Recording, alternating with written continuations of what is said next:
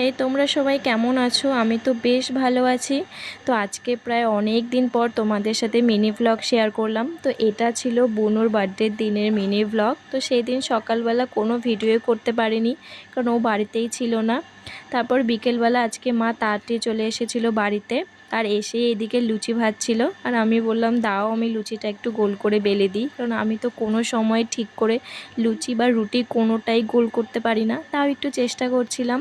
তারপর এদিকে ছোট্ট করে একটু বেলুন দিয়ে ডেকোরেশন করে দিয়েছিলাম। আর মা নিয়ে এসেছিল ওই হোয়াইট ফরেস্ট কেকটা, আর ওই ড্রেসটা নিয়েছিল ফ্লিপকার্ট থেকে, যেটা ওকে মা বার্থডেতে দিয়েছে। তো দেখে জানিয়ে ওকে কেমন লাগছে।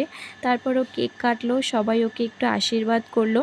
আর মা আজকে বানিয়েছিল লুচি, ঘুগনি আর পায়েস, একদম সিম্পল মেনু, যেহেতু বাড়িতে কাউকেই ডাকা হয়নি এবার।